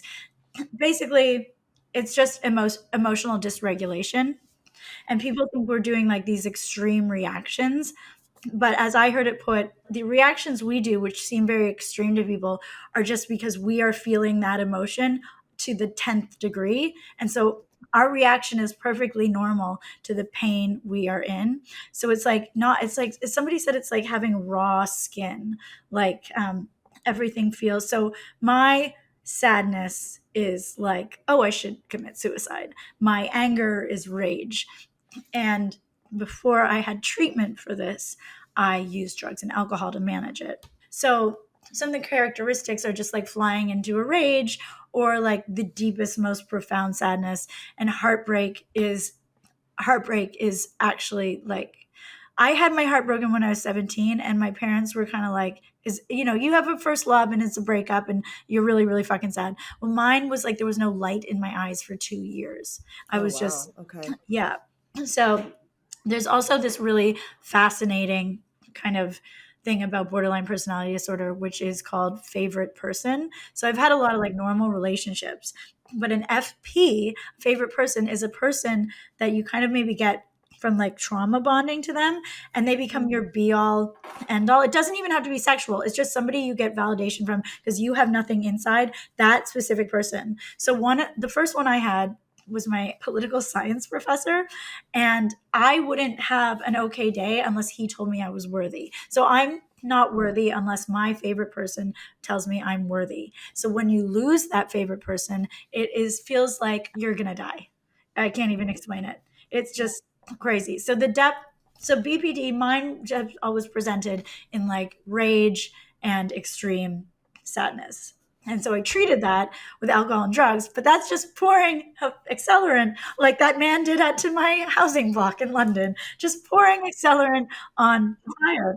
And so I'm just, we put alcohol and drugs in me, I am instantly not a sane, normal person. And just, it makes your borderline tendencies more. Yes. Got it. Okay. That makes sense.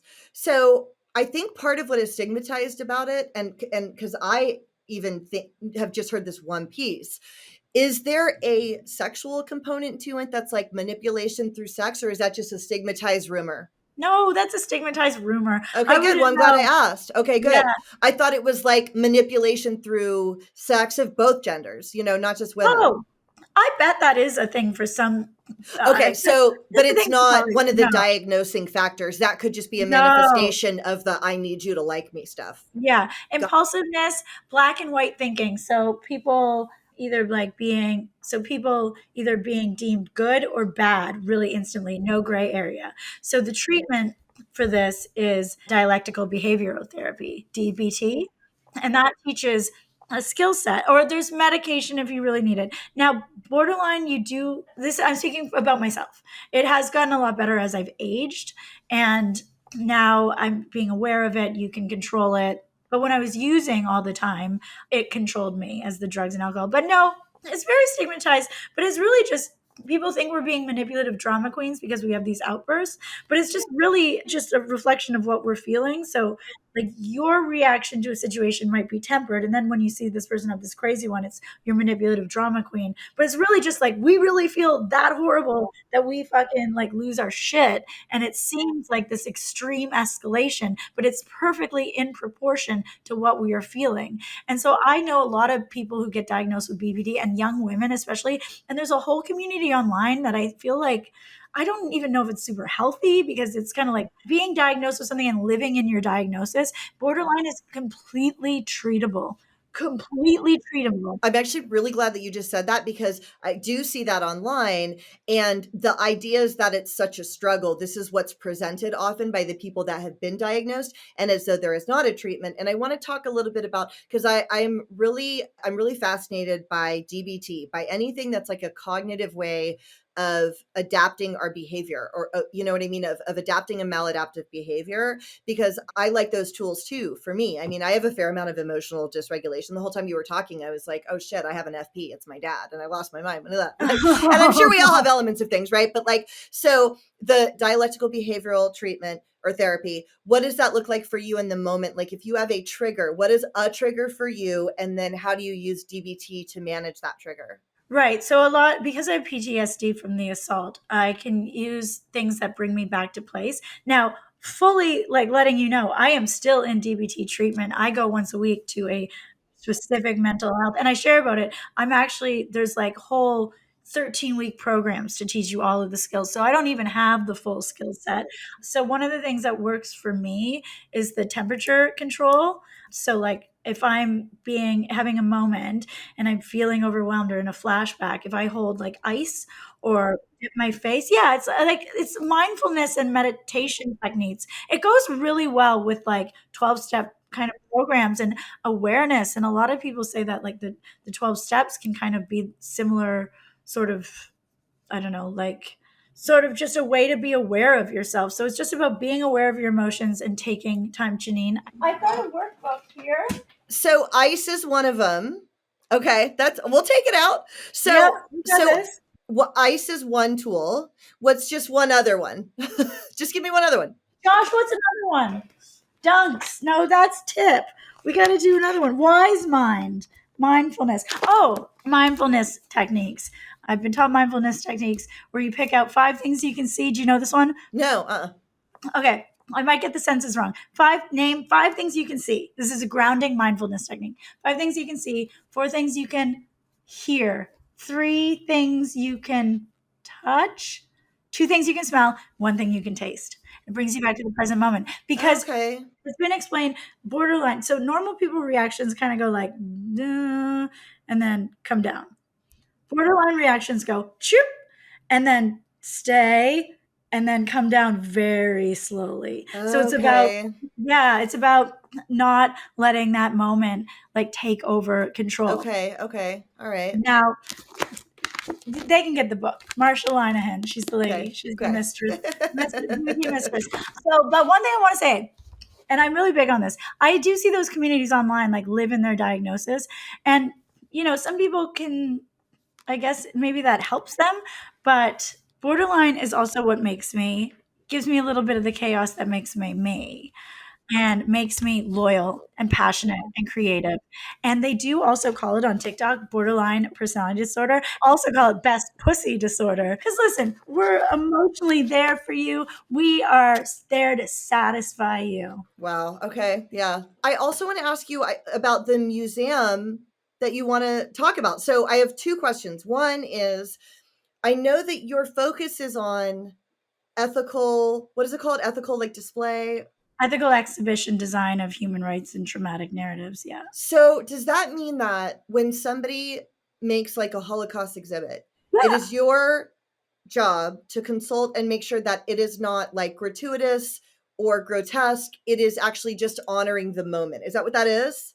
Yes. Thank you. Yes, you got it. I love that. Yeah. So there's a book that informs all my research called by Jenny Edkins, Trauma and the Memory of Politics. It talks about 2 different ways to design things. One is with a linear narrative and one is so like prescribing, like trauma doesn't have a narrative. There's no beginning, middle, and end. Anyone with PTSD knows that. It just exists. So museum exhibits that try and take a traumatic situation or a genocide or a war and do like a beginning, middle, and end doesn't let that trauma openly exist.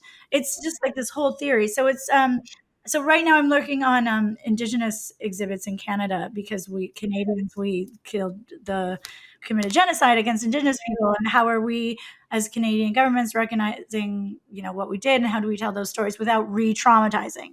So that was my interest before. And so I was working on this even in my early sobriety. That's my PhD focus. And then I was sitting on a train. I was going to this museum conference in England. And I was like, I love talking about recovery. I love talking about museums. Is there like a museum of addiction and recovery? Googled it. There's like some like small towny ones or like some for the DEA that are more like, don't do drugs are bad. But there was none like ethically like trauma, addiction focused, the addict focused. And so I was like, and then on that train, I had another spiritual experience. I said, this is my life's purpose, telling these stories. And also because I had all these like traumatic dealings, like trying to get help from the museum when I was an addict and being, you know, dragged into this HR thing and all that stuff. So I was like, and then, so we made the website and I, you know, started slowly doing call out. And what people don't know is I started marketing myself more on my Instagram, you know, blonde, draws you in, because I wanted to build the museum. And I don't think that like a museum gets as much attention as me saying I did too much coke. Right. And you're right. That was smart. That's true. Yeah. Yeah, of course. I'm a smart. I know what I'm doing. Marketing. So we did our first show and so we did this first show and then it started becoming a thing and people started getting excited and now it's becoming, Janine, it's becoming real. I love that. So wait, it started online as art online? A virtual museum. And then we did a pop-up. I had no fucking idea what I was doing. I was paid it all out of my own money, paid for this pop-up show here in Nova Scotia. And then I went to New York. I went to Dopey. I met you. Yeah. And I wish I'd been able to talk to you more. I love you. I know Abby went outside to talk to you, and now I'm like, fuck, I wish I would have known you then too. But I'm so glad. Did you have fun at DopeyCon? It was fun, right? Yeah, I had fun. All triggered and stuff. I was like, I want to be part of the cool kids. I was all like, I just feel I would have felt the same way. I would have felt the same way if I were you. That's why I wish I'd known you. I would have felt the exact same way. No, but honestly. in the end, I made connections. Anyway, so I know Rachel Sober in Central Park. Oh, cool. Okay. The event. So she's one of my best friends. Oh, and cool. She really helped me okay. Yeah. So I was there kind of for her and getting to meet her in person because she helped me through my relapse. She works with Carl Radke for Soft Bar and meet all those guys. But then, of course, I'm walking by. I don't know all these recovery guys. I'm walking by the tables a few times, and I just hear this like, here, you look like an extra small. Do you want this shirt? And I just see this tatted guy. And then it's this, I should have known it's this man, his Brandon Novak. His line was, hey, you look like an extra small. That is actually, I'm going to be totally honest, that would work on me.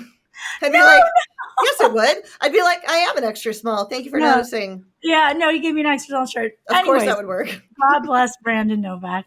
He's so sweet. So honest to God, he was like, well, what do you do? I told him about the museum. And I honestly thought he was pulling my leg. He was like, my treatment center is covered in art. I love art. And I was like, he's just saying this because he wants to get in my pants. Yeah. And I was like, I'm just kidding. And well, maybe. So then it turns out we started hanging out and he invited me to see the treatment center in Delaware. It's really art focused. It was incredible. Oh, cool. I would believe that from him, actually. Yeah, I would believe that. Yeah, anything about him or any of it. Oh my God. I mean, his center is amazing. And I ended up meeting the art therapist. Dude, I didn't get a chance to meet him when I was there, and I actually wish that I had. But that doesn't surprise me at all, actually. So what are you guys doing now how is the museum growing? So, well, the cool thing is we're there and I meet the art therapist and she goes, I had just been talking about doing a show with the client artwork and then you appeared. And she didn't have the curatorial skills and all that. I said, and Brandon and I just looked at each other and we were like, let's do a collab. So we are giving agency to the clients of Redemption Addiction Treatment Center, and they're making their own artwork. And they also have this backlog of incredible artwork. He has it framed everywhere. And so we rented, and it's to put it in a real gallery. So we rented a real gallery in Philadelphia, end of January to go with Dry Jan.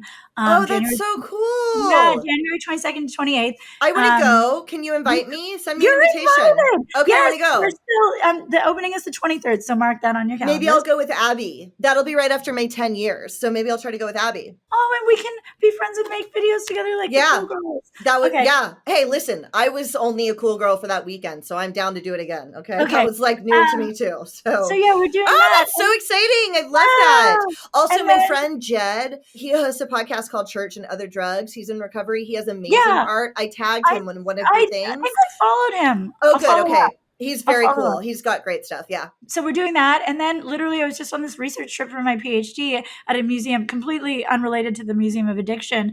And we just got to talking and like the head, and this is a huge Canadian museum. I won't say the name yet. And they're like, we'd love to do a pop-up with you. And I was like, that's amazing. That's very cool. The story is that a year and a half ago, I was a hopeless fucking drug addict, like with no friends, no confidence, just pissing away my career. And now these opportunities, and it is the universe and it's my higher power. Here's my theory, right? So I actually think that our addiction is the best thing that ever happens to us and that we don't lose those dreams. Like, for example, speaking of Dave wanted to be a talk show host when he was growing up, right?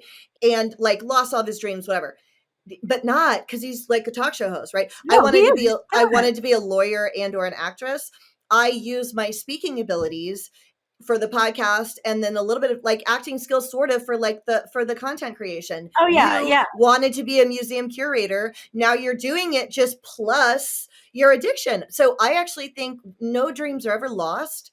The addiction, the alcoholism actually just elevates our skill set to become even more unique. Now we're uniquely qualified in the space. The space is competitive. And now we've got these additional qualities because of this experience. And I think it takes away the regret, you know? Oh no, I say I'm a grateful, I hate, in the meetings I used to hear people go, I'm a grateful recovering drug addict. And I was like, shut your fucking mouth. Yeah, what the fuck is wrong with you? Why? Well, then you and me are not the same because I lost more than you did, obviously, because I'm not grateful for any of this, you know? Yeah. So it's like, I have so much gratitude for everything that's happening. I wake up, gratitude lists. I just, but the main thing is my recovery comes first. And that's just that. So I'm last question. Do you have a fitness routine that you do? Because you look fit, or is that just natural? Do you do anything with fitness? Thank you for asking me, because this is going to be my next thing on content creation.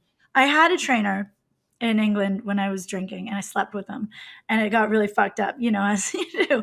So I have not worked out since at least before my relapse, and I miss it so bad. And I was about to do a thing online that said, does anybody have any tips? Because I cannot get my ass back into a gym. Do you have any tips? I'm a trainer.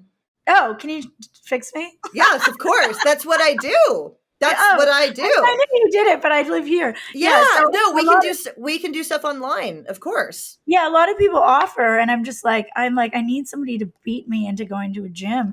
No, I don't. And working out, if you had asked me this like 5 months ago, working out is so big for my mental health. I got so busy ever since. Well, then we got to get you back into it. We'll get you back into it. Yeah, for sure. I'm down. Yeah, whatever. We can either do stuff live, so I'm making you, or I can send you classes and workouts. We can figure something out. But before I let you go, where can everybody find you so they can connect with you? Yes. Well, I am on Instagram only because I'm terrified of being bullied on TikTok. Oh, God. TikTok is better. That's what everybody keeps telling me. Instagram is the fucking worst. So TikTok, in the very beginning, you'll get some hate until the algorithm figures out to show you to the sober people, and then you'll be fine. Okay. Facebook is actually the worst. Facebook is fucking horrible. I know it seems stupid, but Facebook is where I actually have 60,000 followers. That's where I have the most. TikTok, I have 57. Instagram, I got 12. Yeah. Well, I'm like, don't act like that's okay. You have 100. You know that's not okay. No, you would it's be okay. No, it's not. It drives me insane. All of my friends have like hundreds of thousands, and I'm over here with 12. No, stop. It's annoying. Only because I actually don't care about the number. I care about the opportunities you get with it, right? I don't give a fuck about the number. But like, it's harder for me to get. Well, let's make content. So anyways, let's do something together. Let's do it. Plus, Abby's got so much more than all of us. Let's just. I know. Abby got recognized in Times Square, bro. In Times Square. No, I know. Yeah. People walked up and asked her for her autograph. Okay, so what's your Instagram? And then I'll let you go because I know you got to go. At Danni Mega, and then the museum is currently recoverymuseum.ca. We got a grant to do a whole new website, so it's going to be so fucking professional and dope. But for now, maybe I'll get on TikTok. Maybe you can show me TikTok when we're in Philly. I'll show you TikTok, but let's also, I want to start training you online. I'll do that. Okay, well, we'll talk. Yeah. Okay. All right. Thank you so much for your time. I love you. I'm so glad that we got to talk.